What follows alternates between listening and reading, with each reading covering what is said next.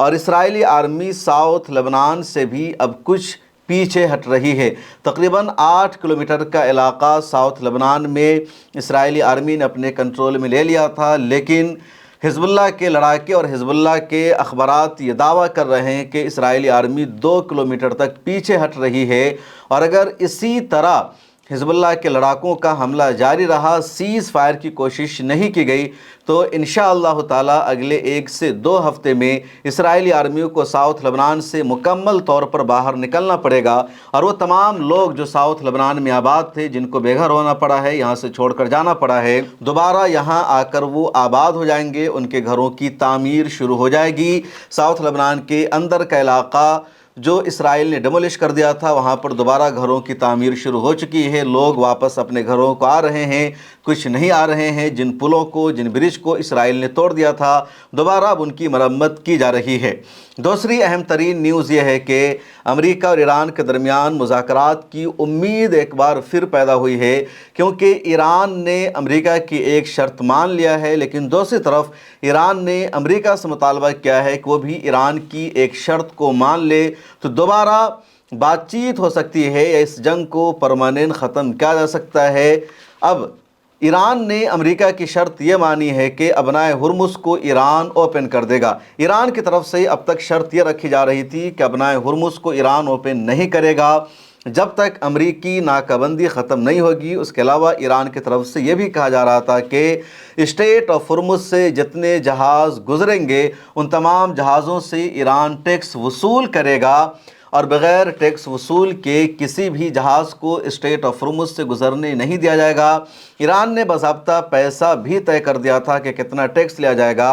اور 1 بیرل پر $1 کا ٹیکس لگایا گیا تھا۔ اب شپ میں، جہاز میں جتنا بیرل آئل ہوگا، اتنا ہی ڈالر کے اعتبار سے پیسہ لیا جائے گا۔ حالانکہ ایران کی شرط یہ تھی کہ پیسہ ٹیکس کا یوان میں لیا جائے گا یا کسی اور کرنسی میں لیا جائے گا، بہرحال ڈالر میں نہیں لیا جائے گا۔ اب ایران نے امریکہ کو میسج دیا ہے پاکستان کے ذریعے کہ ایران ابنائے ہرمز کو کھولنے کے لیے تیار ہے، جہازوں کو یہاں سے گزرنے دیا جائے گا، کسی سے ٹیکس نہیں لیا جائے گا، اور ایران نے اپنی جو بارودی سرنگیں بچھا رکھی ہے ابنائے ہرمز میں، ان کے جو میزائل ہیں، ان کا جو جہاز ہے، ان سب کو ہٹا لیا جائے گا، اور جہازوں پر کسی طرح کا کوئی حملہ نہیں ہوگا۔ اب ایران کی شرط یہ ہے کہ اس کے بدلے میں پہلے تو امریکہ کو اپنی آرمی کو پیچھے ہٹانا ہوگا، جو امریکہ نے ناکہ بندی کر رکھی ہے ایران کی، اور اس کے ساتھ اصل شرط ایران کی یہ ہے کہ جو بات چیت ہوگی، جو ڈائیلاگ ہوگی، تو اس میں ایران کے نیوکلیئر پروگرام کو بند نہیں کیا جائے گا۔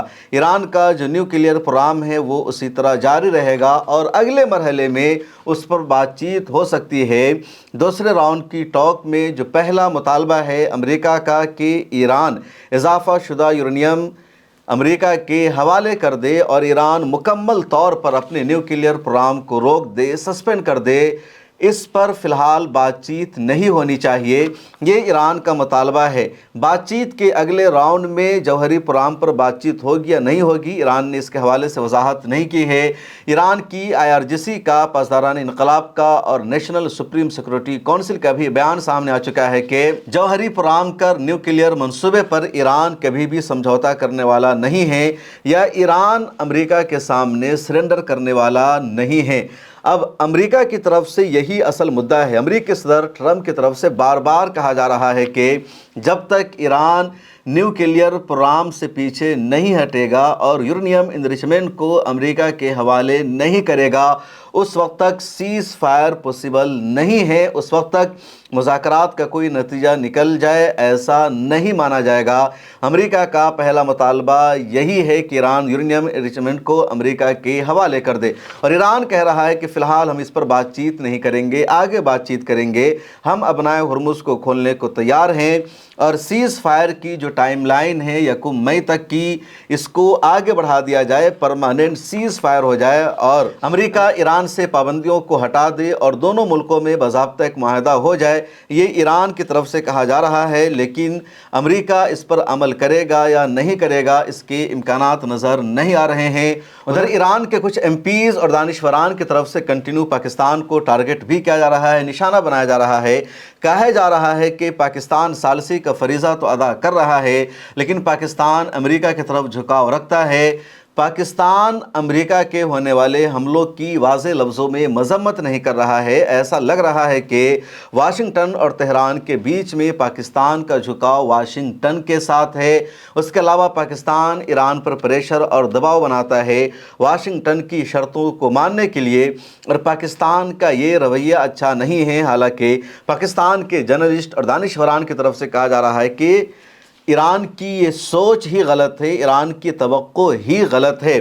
ایران اگر ثالثی کا کردار ادا کر رہا ہے تو اسے نیوٹرل رہنا پڑے گا، آزاد رہنا پڑے گا۔ اگر پاکستان نے یہ واضح کر دیا، بتا دیا کہ وہ ایران کے ساتھ ہے، امریکہ کے ساتھ نہیں ہے، تو پھر پاکستان کے ثالث ہونے کا کوئی مطلب نہیں رہ پائے گا۔ اس لیے ایران کے دانشوران یا ایران کے MPs کی یہ جو سوچ ہے، ان کی یہ جو آئیڈیالوجی ہے، سراسر غلط ہے۔ پاکستان کی وجہ سے ایران کے فورن منسٹر عباس عراقچی اس وقت زندہ ہے، وہاں کے اسپیکر محمد باقر قالیباف زندہ ہے، دوسرے لوگ زندہ ہیں، اور ٹاپ پولیٹیشین کو اسرائیل نے نشانہ نہیں بنایا ہے، بند کر رکھا ہے، کیونکہ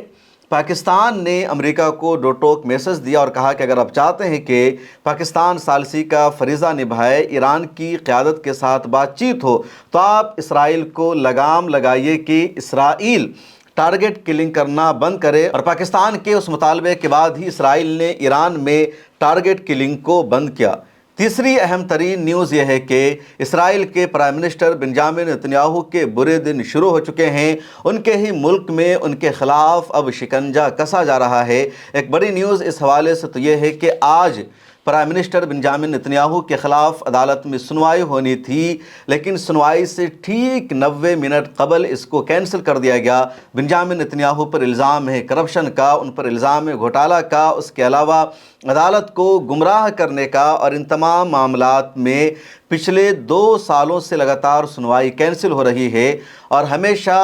بہانہ بنایا گیا، ہمیشہ حوالہ دیا گیا جنگ کا۔ پہلے غزہ کے ساتھ لڑائی کا بہانہ بنایا گیا، اس کے بعد پھر ایران کے ساتھ لڑائی کا، لیکن کہا جا رہا تھا کہ آج تیسری مرتبہ بنجامن نتنیاہو کے خلاف سنوائی طے ہے، اور جیسے ہی سنوائی ہوگی بنجامن نتنیاہو کو مجرم قرار دیا جائے گا، سزا کا اعلان کیا جائے گا۔ وہاں کے جو دانشوران ہیں، جو تبصرہ نگار ہیں، وہ لگاتار یہ بات بھی کہتے آ رہے ہیں کہ بنجامن نتنیاہو نے غزہ پر جو جنگ مسلط کی، یا پھر لبنان کے ساتھ جو جنگ ہو رہی ہے، یا ایران کے ساتھ اسرائیل جو جنگ لڑ رہا ہے، تو اس کے پیچھے اصل وجہ بنجامن نتنیاہو کا اپنی کرسی کو بچانا ہے، اپنے اقتدار کو باقی رکھنا ہے، کیونکہ جنگ کے نام پر، نیشنل سیکورٹی کے نام پر اس نے ملک میں ایمرجنسی نافذ کر رکھی ہے، اور ججز کو، عدالت کو کنونس کر دیا جاتا ہے کہ فی الحال اس کیس کو ملتوی کر دیا جائے، ٹال دیا جائے، سنوائی نہ کی جائے، کیونکہ معاملہ نیشنل سیکورٹی کا ہے، اور جیسے ہی عدالت کی سنوائی ہوگی، فیصلہ بنجامن نتنیاہو کے خلاف آئے گا،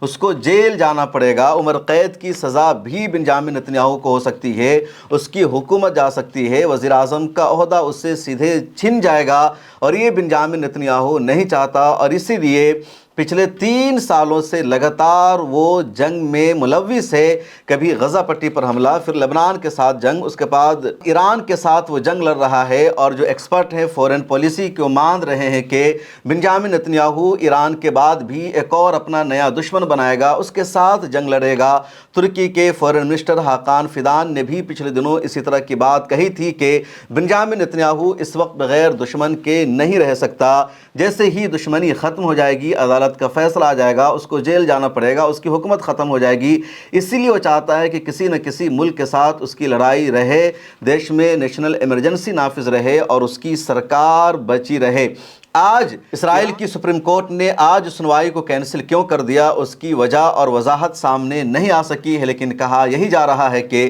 بنجامن نتنیاہو نے دباؤ بنایا تھا، حوالہ دیا تھا، اور اسی وجہ سے یہ سنوائی کینسل ہو گئی ہے۔ بنجامن نتنیاہو کے خلاف اسرائیل میں جو دوسرا سب سے بڑا معاملہ سامنے آیا ہے، وہ ہے اپوزیشن پارٹیوں کا اپنی تمام پارٹیوں کو ختم کر کے ایک نئی پارٹی بنانا، اور بنجامن نتنیاہو کے خلاف مضبوطی کے ساتھ چناؤ لڑنا، یا اس کے خلاف مضبوط اتحاد بنانا۔ نفتالی بن جو اسرائیل کے سابق پرائم منسٹر ہے، اس کے علاوہ وہاں کے مشہور اپوزیشن لیڈر ہیں یائر لیپڈ، ان دونوں نے اپنی پولیٹیکل پارٹیوں کو ختم کر کے ایک نئی پارٹی بنائی ہے جس کا نام رکھا ہے ٹوگیدر، اور ان کا ایجنڈا ہے، ان کا ہدف ہے کہ تمام اپوزیشن پارٹیوں کو اکٹھا کرنا ہے، اور مل کر اسرائیل میں ایک نئی سرکار بنانی ہے، بنجامن نتنیاہو کی پارٹی کو اقتدار سے ہٹانا ہے، اس کو وزیر اعظم کے عہدہ سے برطرف کرنا ہے، کیونکہ بنجامن نتنیاہو کی وجہ سے اسرائیل پچھلے 3 سالوں سے جنگ کا شکار ہے، اسرائیل میں ترقی نہیں ہو سکی ہے، اسرائیل کی معیشت کا نقصان ہوا ہے،